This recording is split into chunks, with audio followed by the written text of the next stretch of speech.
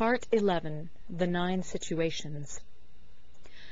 Sun Tzu said, "The art of war recognizes 9 varieties of ground.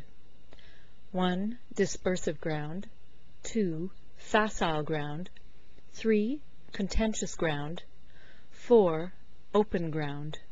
5. Ground of intersecting highways. 6. Serious ground. 7. Difficult ground. 8. Hemmed-in ground. 9. Desperate ground."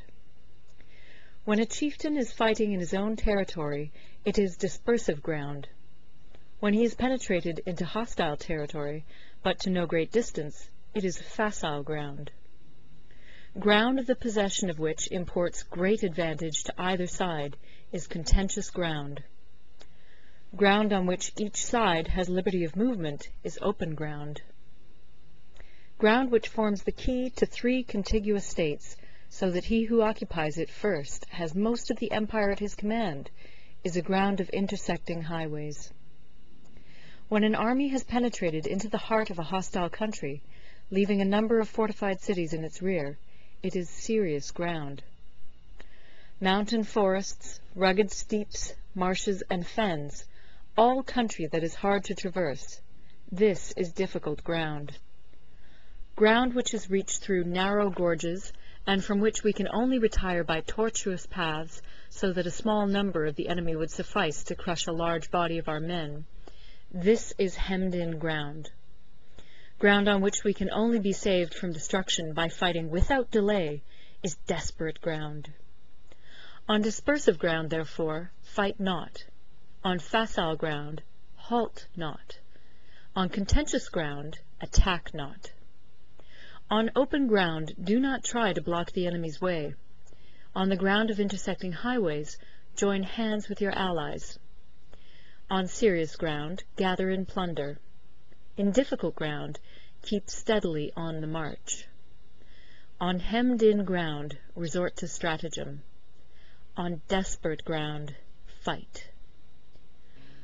Those who were called skillful leaders of old knew how to drive a wedge between the enemy's front and rear, to prevent cooperation between his large and small divisions, to hinder the good troops from rescuing the bad, the officers from rallying their men. When the enemy's men were united, they managed to keep them in disorder. When it was to their advantage, they made a forward move. When otherwise, they stopped still.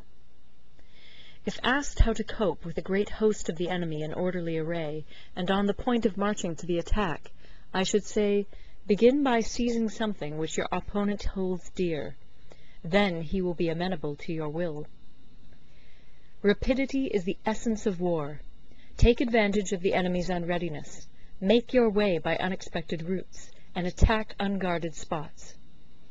The following are the principles to be observed by an invading force. The further you penetrate into a country, the greater will be the solidarity of your troops, and thus the defenders will not prevail against you. Make forays in fertile country in order to supply your army with food. Carefully study the well-being of your men, and do not overtax them. Concentrate your energy and hoard your strength. Keep your army continually on the move, and devise unfathomable plans. Throw your soldiers into positions whence there is no escape, and they will prefer death to flight. If they will face death, there is nothing they may not achieve. Officers and men alike will put forth their uttermost strength. Soldiers, when in desperate straits, lose the sense of fear. If there is no place of refuge, they will stand firm. If they are in hostile country, they will show a stubborn front. If there is no help for it, they will fight hard. Thus, without waiting to be marshaled, the soldiers will be constantly on the qui-vive. Without waiting to be asked, they will do your will. Without restrictions, they will be faithful. Without giving orders, they can be trusted. Prohibit the taking of omens, and do away with superstitious doubts. Then, until death itself comes, no calamity need be feared. If our soldiers are not overburdened with money, it is not because they have a distaste for riches. If their lives are not unduly long, it is not because they are disinclined to longevity.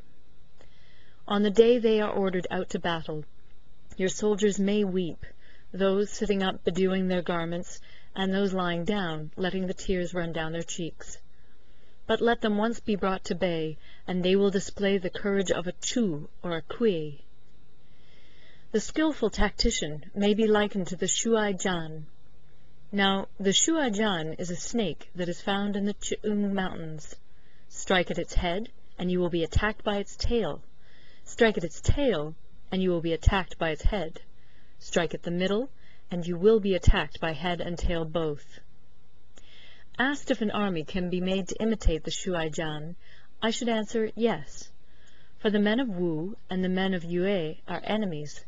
Yet if they are crossing a river in the same boat and are caught by a storm, they will come to each other's assistance, just as the left hand helps the right.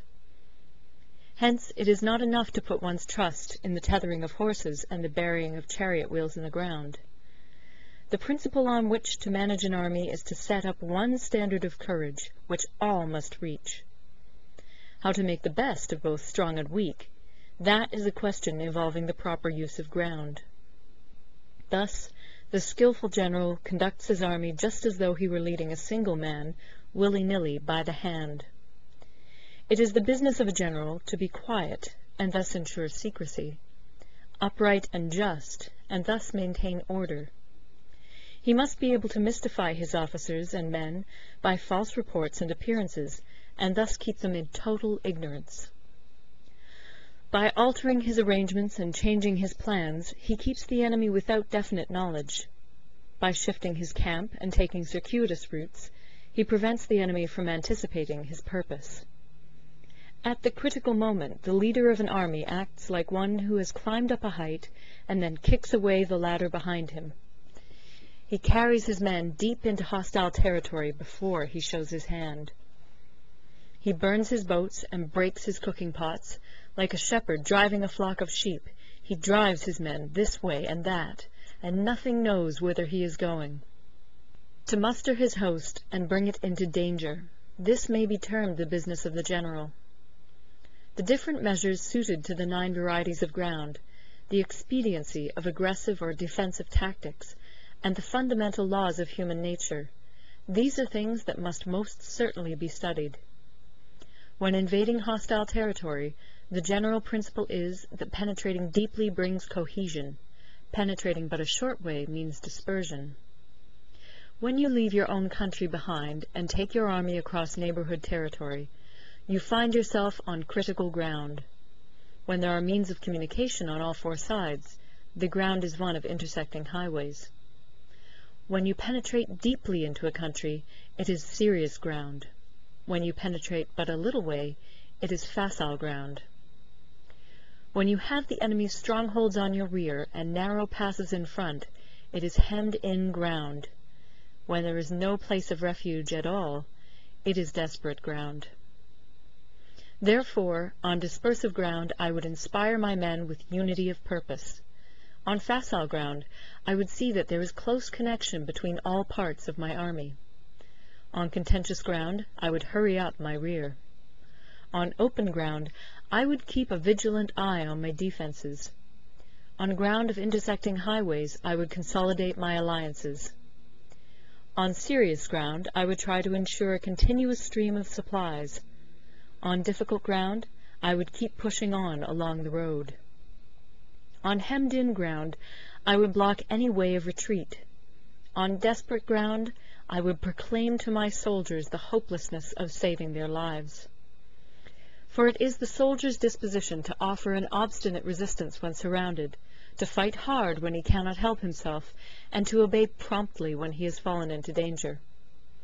We cannot enter into alliance with neighboring princes until we are acquainted with their designs. We are not fit to lead an army on the march unless we are familiar with the face of the country, its mountains and forests, its pitfalls and precipices, its marshes and swamps. We shall be unable to turn natural advantages to account unless we make use of local guides. To be ignored of any one of the following 4 or 5 principles does not befit a warlike prince. When a warlike prince attacks a powerful state, his generalship shows itself in preventing the concentration of the enemy's forces. He overawes his opponents, and their allies are prevented from joining against him. Hence he does not strive to ally himself with all and sundry, nor does he foster the power of other states. He carries out his own secret designs, keeping his antagonists in awe. Thus he is able to capture their cities and overthrow their kingdoms.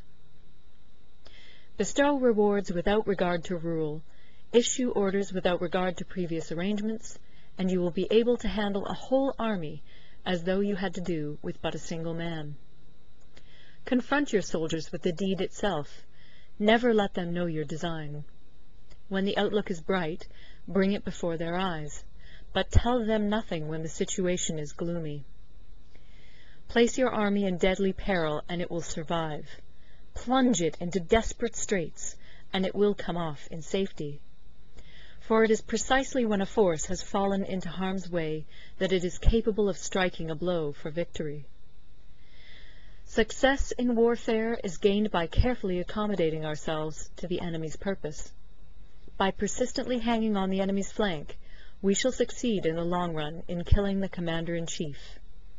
This is called ability to accomplish a thing by sheer cunning.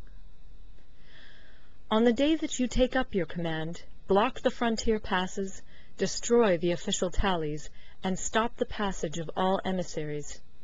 Be stern in the council chamber so that you may control the situation. If the enemy leaves the door open, you must rush in. Forestall your opponent by seizing what he holds dear, and subtly contrive to time his arrival on the ground.